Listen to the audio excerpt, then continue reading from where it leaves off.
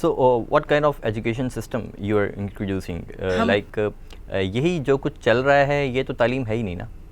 اس کو کیا کچھ بیٹر وے میں کر رہے ہیں آپ لوگ کیا؟ تھوڑا میں سا آپ کو بتائیں. بتاتی ہوں. گھر میں جن بچوں کو میں نے تعلیم دی, اللہ نے دلائی خیر میں نے کیا, لیکن ہماری این جی اوز میں کام کر رہی ہے, وہ لوگ بغیر چپلوں کے قمیض پہنتے تھے لڑکے, کیونکہ پاجامے اور چڈی کے ان کے پاس پیسے نہیں ہوتے تھے, تو لمبی قمیضیں. ایک دن میں نے اٹھا کے ہی دیکھ لیا, میں نے کہا تم لوگ چڈیاں نہیں ہیں, کپڑے نہیں ہیں, یہ کیسے گن رہے ہو؟ ان کے پاس چڈیوں کے شلواروں کے پیسے نہیں تھے. 5 سال کا بچہ, 7 سال کا, 10 سال کا, لمبی قمیضیں باپ کی پہن لی, بہن کی. اب وہ لوگ وہی بچے اسکولوں میں ہیں, ٹائی کے ساتھ ہیں. آپ دیکھیے ہماری ویب سائٹ پہ انگلش میں بات کرتے ہیں. 2 ٹیچر ہیں, صبح مدرسہ ہوتا ہے, صبح 2 گھنٹے مدرسہ ہوتا ہے, اس کے بعد سائنس, میتھس, انگلش, سائنس, جو بھی ہمارے نارمل ڈیز روٹین کی چیزیں وہ پڑھتے ہیں. ہمارے سارے اسکول پرائمری اسکولس ہیں, اور وہ باقاعدہ اچھی تعلیم حاصل کرتے ہیں. کھانا فری, کتابیں فری, ایجوکیشن فری. کھیتی باڑی کوئی نہیں کرتا ہمارا. ہم نے کہا نو کھیتی باڑی, آپ ان کو پڑھائیں, ان کو شہروں میں لے کے جائیں. They don't speak Sindhi at all. I said English بولو, اردو بولو, سندھی تو تمہیں آتی ہے. سندھی بول کے کراچی میں یہ کہاں نوکری ملے گی؟ کیا مدر ٹنگ ہے. سو الحمد للہ آپ تقدیریں ایجوکیشن سے بدلیں. تو الحمد للہ 6ٹا اسکول ہمارا تیار ہے. ہمارا ایک اسکول ہے جو لیٹسٹ ہم نے کھولا تھا اسلام کوٹ میں, بارڈر سے 7 کلومیٹر دور. اس کا نام میں نے رکھا تھا ڈاکٹر عبدالقدیر خان. اتفاق سے جب ہم اسکول اوپننگ ہونے والی تھی, ڈاکٹر عبدالقدیر خان کی ڈیتھ ہو گئی. وہ بیچارہ ہی پاسڈ اوے, سو ان کی میموری کے نام سے میں نے وہ اسکول کھولا ہے. تو education is the best weapon you can give it to somebody and then he will not be never be a beggar. Absolutely. Moving جی to the next question.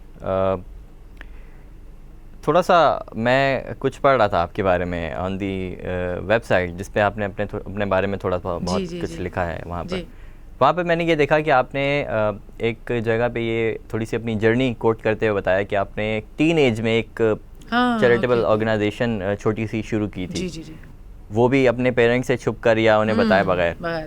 سو تھوڑا سا اس کے بارے میں بتائیے ہمیں. میں آپ کو پہلے یہ تھوڑا سا بتا دوں. پہلے بھی شاید میں نے کسی انٹرویو میں کہا تھا کہ میرے گھر والوں نے مجھے آج تک کبھی ٹوائز سے کھیلنے نہیں دیا. میرے گھر والوں نے مجھے کبھی چوڑیاں نہیں لا کے دی. میرے گھر والوں نے مجھے بہت سارے کپڑے نہیں دیے, کیونکہ ان کو پتا تھا کہ ہم دیں گے یہ کسی کو دے کے آئے گی. اچھا. تو میرے پاس ایک کتا ہوتا تھا چھوٹا سا ربڑ کا, تو اس کا میں کان چباتی تھی, تو ایک کان تو میں کھا چکی تھی اور ایک ہی کان اس کا رہ گیا تھا, تو اسی سے میں کھیلتی تھی. اور ایک میرے فادر نے مجھے گڑیا دی تھی, کیونکہ میری پتہ نہیں, مجھے اب لگتا ہے کہ ایسا ہوتا تھا بچپن میں, مجھے کوئی چیز پسند آ جائے اور کسی دوسرے کو پسند آ جائے, میں کہوں گی لے لو, کپڑے ہیں لے لو, کتابیں ہیں لے لو, چوڑیاں ہیں لے لو. تو گھر والے مجھے بڑا لمیٹڈ رکھتے تھے کہ اس کو پتہ ہے ہم دیں گے تو اس کو یہ دے گی سم ہاؤ.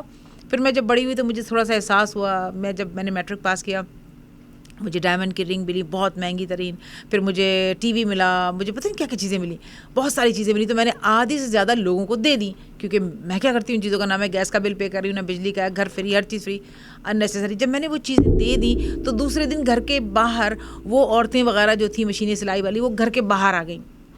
تو امی نے مجھے بہت مارا کہ یہ تم نے کیا کیا, یہ گھر کے باہر کون آ گیا. میری پٹائی بھی بڑی سخت ہوئی, ابا سے بھی ڈانٹ پڑی کہ تم نے یہ کیا کیا. کوئی موسیٰ کالونی جگہ تھی وہاں پہ کالج کے پیچھے, میں وہاں جا کے دے کر آ گئی اپنی دوستوں کے ساتھ. تو ان کو بال کسی طرح پتہ لگ گیا, تو امی نے میری بڑی پٹائی کی کہ تم وہاں کیوں گئی, گندی جگہ ہے, یہ ہے وہ ہے, اور تم اپنی چیزیں دے کر آ گئی, اب تمہیں کچھ نہیں ملے گا. تو مجھے لاک کر دیا انہوں نے کہ میں اب گھر سے باہر نہیں جاؤں گی. تو وہ پتہ نہیں ان کی دعائیں لگیں غریب عورتوں کی, وہ ایک جذبہ تھا, جوانی تھی, نیا نیا میٹرک کیا تھا, وہ جذبہ مجھے اتنا آگے لے گیا. تو مجھے اتنی خوشی ہوئی ان کی دعاؤں کی. تو پھر جب بھی میں صبح اٹھتی تو امی کہتی ہیں تمہاری فیملی باہر بیٹھی, پہلے ان کو سلام کر لو. تو وہ ان کو تھوڑی بہت چیزیں میں دیتی جاتی تھی. پھر ایک دن میں امی کہنے لگی جب تم مرو گی نا تو ہمیں لگے گا تم وہیں پہ مرو گی, تم سارا دن وہیں رہتی ہو, شام کو آتی ہو, ہم تمہیں وہیں ڈھونڈنے جائیں گے. تو وہ پتہ نہیں کوئی جذبہ تھا لوگوں کو دینے کا, لوگوں کی ہیلپ کرنے کا, لوگوں کی دعاؤں لینے کا.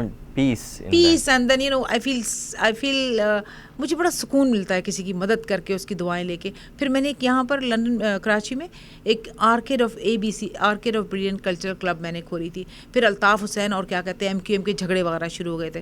پھر کافی حالات خراب ہوئے کراچی کے دن. میرے پاس کوئی چوائس نہیں تھی کہ مجھے ملک چھوڑنا پڑا. میں I was very much in politics. پھر میں لندن چلی گئی, میں نے وہاں پہ پڑھائی کی. پھر اس کے بعد میرے فادر کی ڈیتھ ہو گئی, then back again to the NGO. تو یہ سارا قصہ ہوا بس. صحیح. تو اس کے بعد پھر ایک پراپرلی مسلم روز ویلفیئر آرگنائزیشن آپ نے بنائی, اور پھر میں نے یہ بھی پڑھا کہ آپ نے بتایا کہ یہ نام جو ہے جب آپ نے NGO بنا لی تھی تو آپ نام کے لیے جو ہے وہ تھیں کہ نام کیا رکھنا چاہیے, تو آپ کو اچانک سے آپ کے ڈریم میں آیا. Is it true? That's very true. ایسا ہوا کہ جب میں نے پیپر سبمٹ کیے NGO کے, تو ہمارے گھر کے پاس انگلینڈ میں دھماکے شروع ہوئے تھے. Very true. پاکستان کے جہاں وہ طالبان کے جو 1 ہوا 2 ہوا 3 ہوا, میں نے کہا مارے گے, اب تو یہ NGO رجسٹر کریں گے نہیں, گورنمنٹ نہیں کرے گی, بیکاز دھماکے ہو رہے ہیں, پاکستانی انوالو ہیں, طالبان انوالو ہے, دہشت گردی شروع ہو گئی, یہ سارے بارڈر سے آ رہی تھی 1 2 3, اور میرے گھر سے تقریباً 3-4 میل دور تھا. ہم نے کہا بھول جاؤ, اب تو NGO کریں گے نہیں, یہ سارے گئے ہم تو کام سے.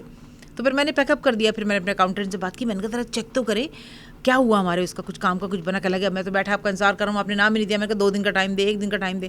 پھر میں نے ان کو دیا تھا روز مسلم ویلفیئر دیا تھا, تو انہوں نے چیک کیا کیونکہ آلریڈی رجسٹرڈ تھی. تو پھر میں نے اللہ سبحانہ تعالیٰ سے دعا کی, میں نے کہا یا اللہ کیا کروں.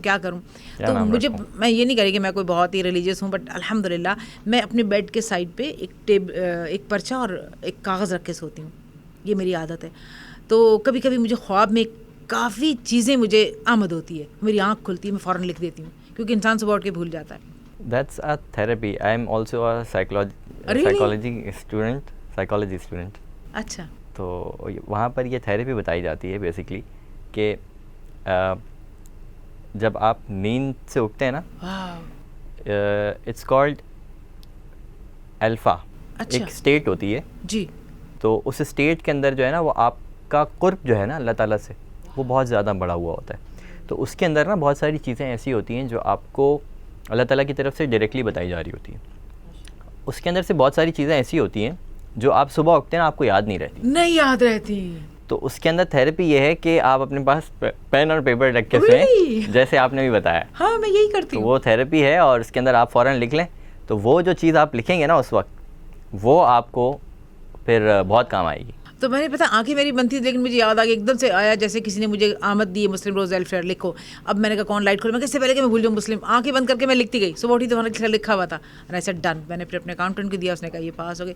سو یو نو, جب آپ بلیو کریں, یہ میرا بڑا اسٹرانگ بلیو ہے اللہ سبحانہ, جب آپ نیک کام کرتے ہیں نا تو آپ کے ساتھ 2 چیزیں ہوتی ہیں. ایک تو آپ کو اللہ سبحانہ تعالیٰ نیک لوگوں سے ملواتا ہے, بالکل, اور اللہ غیب سے مدد کرتا ہے. راستے ایسے کھلتے ہیں جیسے آپ کو پتہ ہی نہیں چلے گا. واللہ لازم میرے ساتھ تو ایسا ہی ہوتا ہے. اللہ میرے بہت قریب ہے, میں جو چیز مانگتی ہوں, جہاں جانا چاہتی ہوں, جو کرنا چاہتی ہوں, اللہ میاں کر دیتا ہے. تو یہ نام میرے خواب میں آیا, پھر میں نے اس کو رجسٹر کرایا.